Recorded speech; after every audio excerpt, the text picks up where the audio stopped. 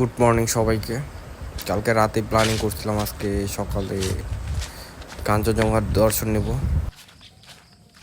আমার ফ্রেন্ড ধ্রুব সকাল থেকে ফোন দিচ্ছিল, আমি যদিও জাগ না পাইনি।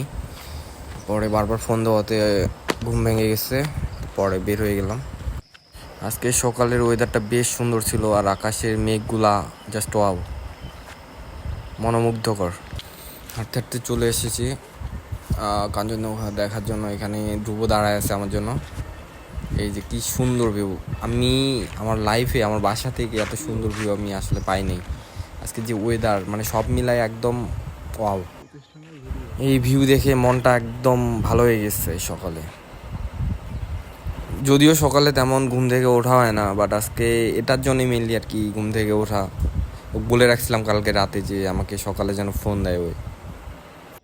যদিও আমার ফোনের ক্যামেরা এতটাও ভালো না, বাট ভাই চোখে দেখে ভাই শান্তি পাইছে।